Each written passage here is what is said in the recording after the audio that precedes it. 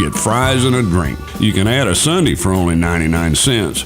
Now that's a doggone good deal at Dairy Queen, Silver Springs, where they always treat you like kings and queens. All right, thank you. 20 minutes after 11 o'clock. Thank you for tuning in. Beautiful Wednesday. I don't know what the rest of the country's going through. I know they've got ice and snow and everything else, but we have a beautiful place right here. If you are listening on the internet and you're not here and you want to get here, then you're going to have to drive here. Yep. And even if you're not coming here, you're going to be driving. You know that song, Over the River and Through the Woods, to Grandmother's House we go? Exactly. I think that was written in a time when we went around in cars, not cars, but horse-drawn carriages, right? Yeah. Isn't that the picture you get when you ever hear that song?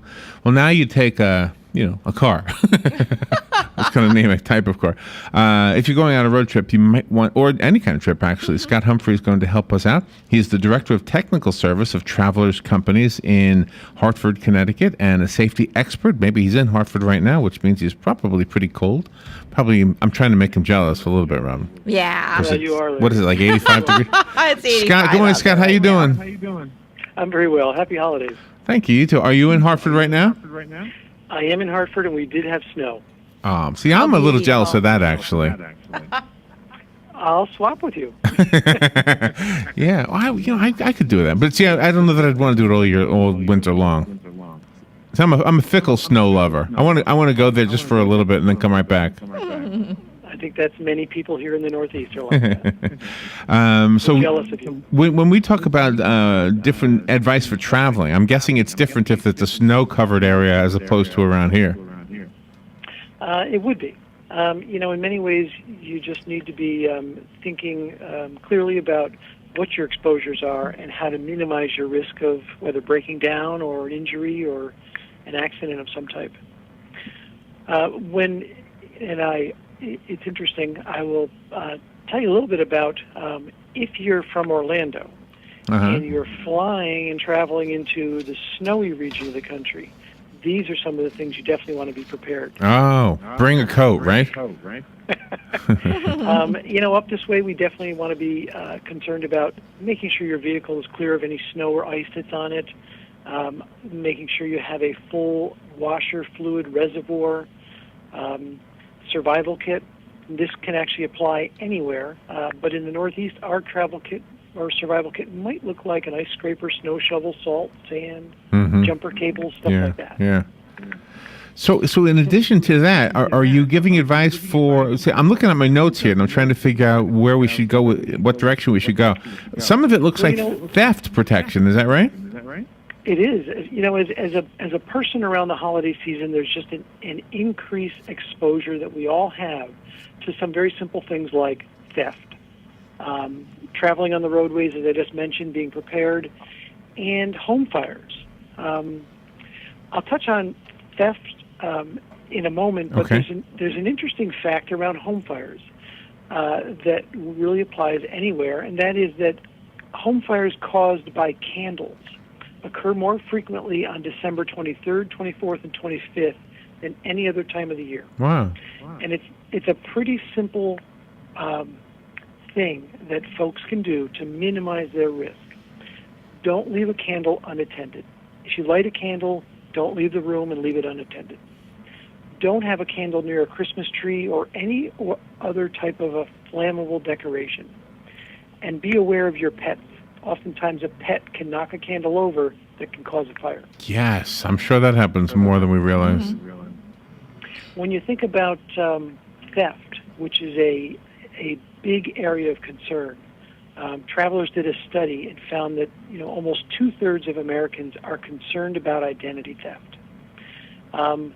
With regard to identity theft, minimize your exposure by only carrying with you what is necessary for your trip, such as don't carry a passport if it's not needed. Don't carry a birth certificate.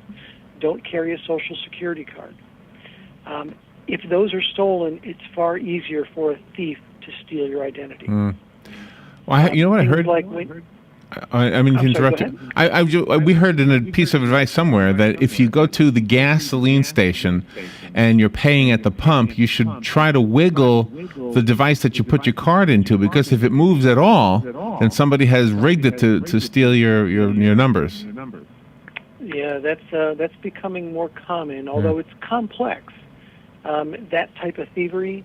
But if you approach an area that you're going to use a debit card or a credit card and you question whether or not this is legitimate, meaning is there a device that's attached over the top of the card reader that might be reading my card, like what a thief would be doing, be cautious. Don't use it.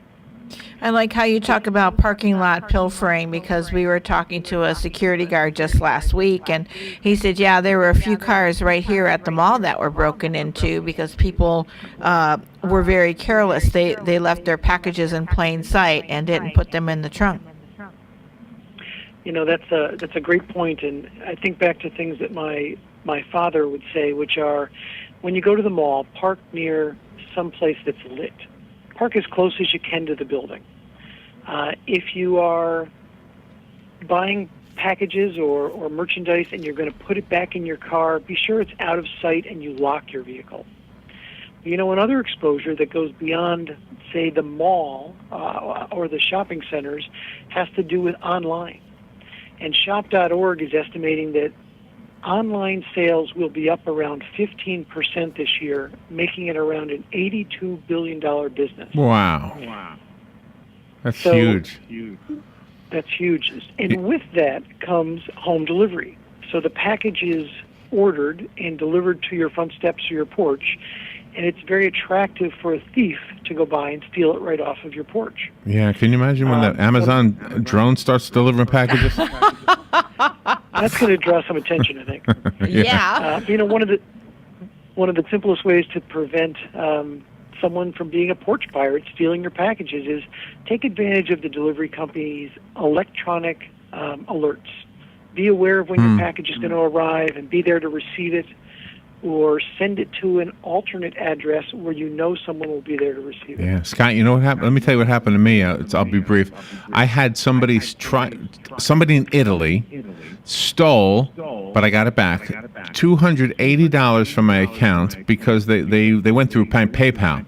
Mm-hmm. And they would have gotten more, but I caught it before they were able to get it. They had 900 euros, which, in addition to the $280, which was like, what, $1,200 if they had gone through? Right. So I stopped the 900 euros, but they were able to get the 280 out of my account, my bank account, through PayPal.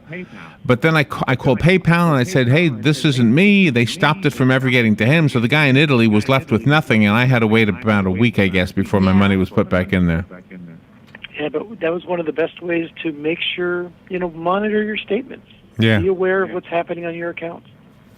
Sometimes I'm afraid to look. Yeah. You also cover business but for the wrong reason. Right. You also cover business owner liabilities. That's something I wouldn't have thought of, because they automatically have insurance. And this time of the year can be very hectic and busy for a business owner. One of the things that will typically happen is they'll hire seasonal labor. It's estimated that somewhere around 700,000 temporary workers will be hired for the holiday season. And all of those individuals are new to the work environment, or that individual business's work environment, and need to understand, what do I need to do my job safely? What is it you want me to do or not do? Meaning, how to avoid the temporary employee from taking risks that could inadvertently cause injury to them or cause injury to someone else. Oh, right. And yeah, wow. And that's not even intentional. That's accidental. Sales floors are cluttered. End caps, can be stocked full of merchandise, and all of that can be a potential hazard for a patron or an employee. Once again, Scott Humphrey is our guest. He is the Director of Technical Service of Travelers Companies in Hartford, Connecticut. It's up right now in the snowy, coldy.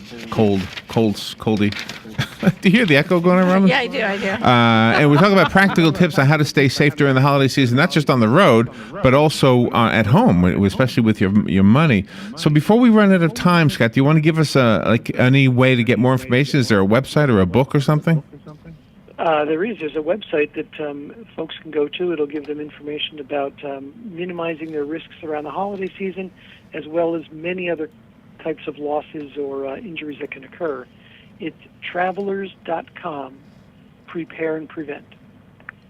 Okay, and do you put a slash after the .com? Yes, you do. Just travelers.com/prepare and prevent. Okay, Scott Humphrey, thank you so much for being on the air with us. Have a great Christmas, and thank you so much for being on, and stay warm up there.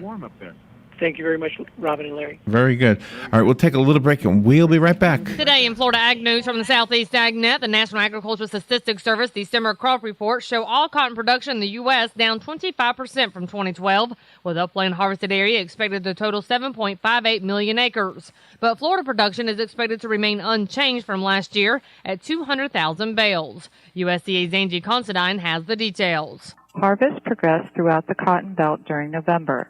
As of November 24th, 78% of the crop had been harvested, 10 percentage points behind last year and 5 percentage points behind the 5-year average.